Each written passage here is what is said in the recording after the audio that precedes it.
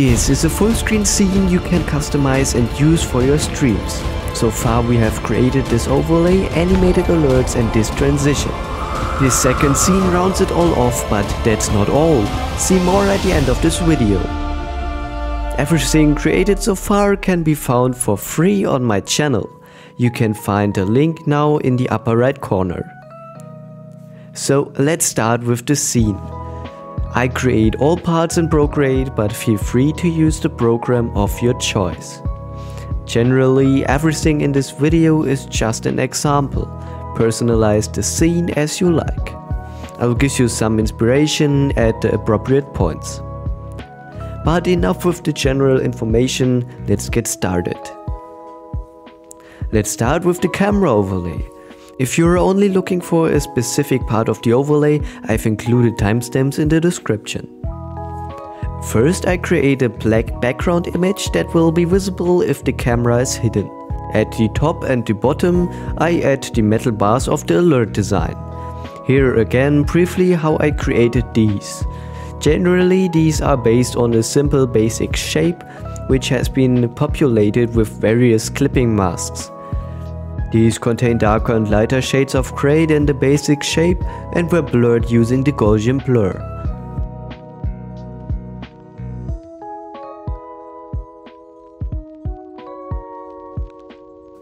On top of the bar and behind the lower bar I add snow. To create this, I first draw a white base shape and add a light blue shading using a clipping mask. For the shading, I use an airbrush and apply the Gaussian blur to the layer.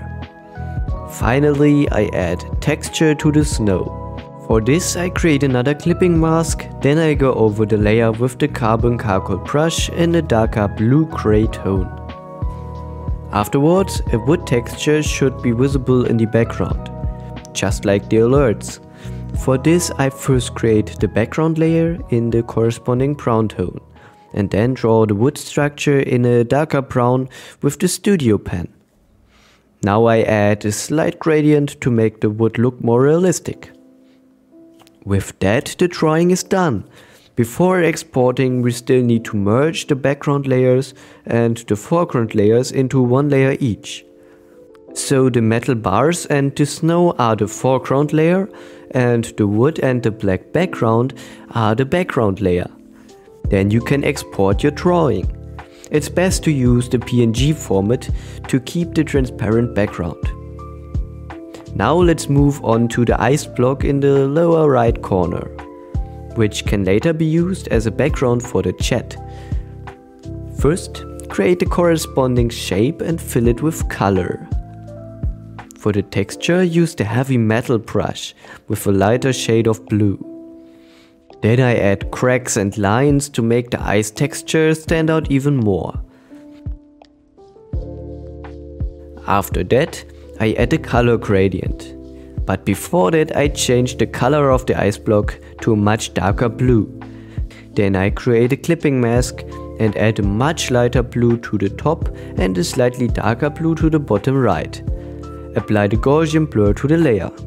Last but not least, you can adjust the opacity of the layer to let your monitor shot shine through the ice block if necessary. Export this image as a PNG file. Now the sign follows, which you could find at the beginning in the upper right corner. This one is very flexible. You can make it longer, bigger or wider depending on the use case. To create the sign, I first draw a brown box. To make it look more three-dimensional, I duplicate the layer, move it a bit to the bottom right and add a darker shade of brown. You have to extend the corners by hand. I also add a lighter shade of brown to the bottom of this layer. This creates a dark and light side and makes the whole thing look more three-dimensional. I create the texture of the surface with the studio pen by drawing each line individually. I use a slightly darker shade of brown here. Then I add a gradient which changes from light to dark, from left to right. This also makes the wood look more realistic. Then I add the suspension. For this I draw 2 gray strokes and add gradients to them using clipping masks. Snow should not be missing in this scene. Therefore I add small snow piles on top of the sign using the previously explained technique. Once you are done with this, you should also export this image without a background as a PNG file. And with that, all the drawings are done. Let's switch to OBS. Once here, create a second scene and add your monitor shots as well as your camera. I have already done this here. Then insert the graphics you just created and arrange them accordingly. The most important thing is the position of the camera overlay. The shot of your camera should be exactly between the 2 graphics.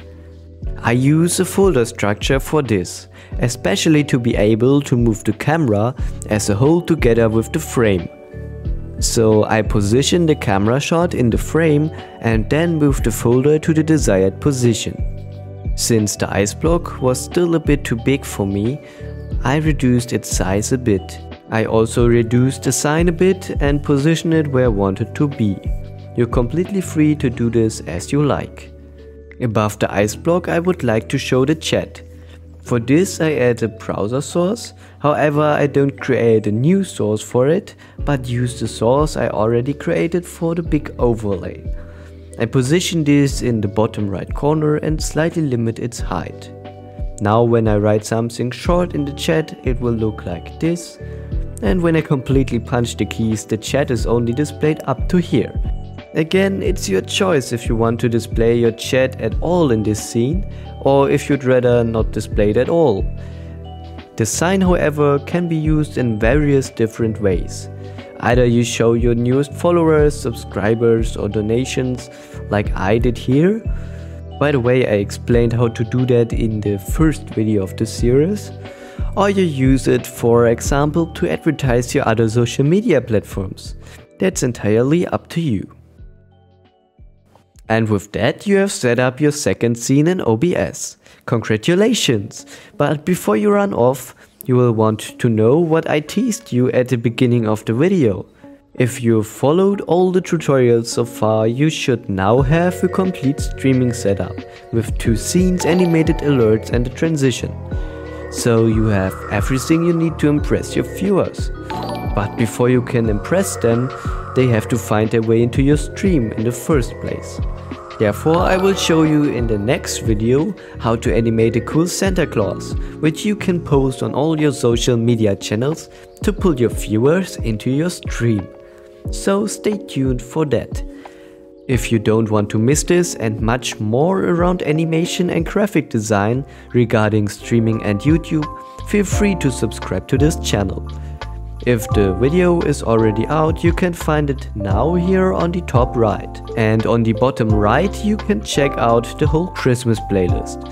A like would be greatly appreciated, otherwise I will see you in the next video. Bye!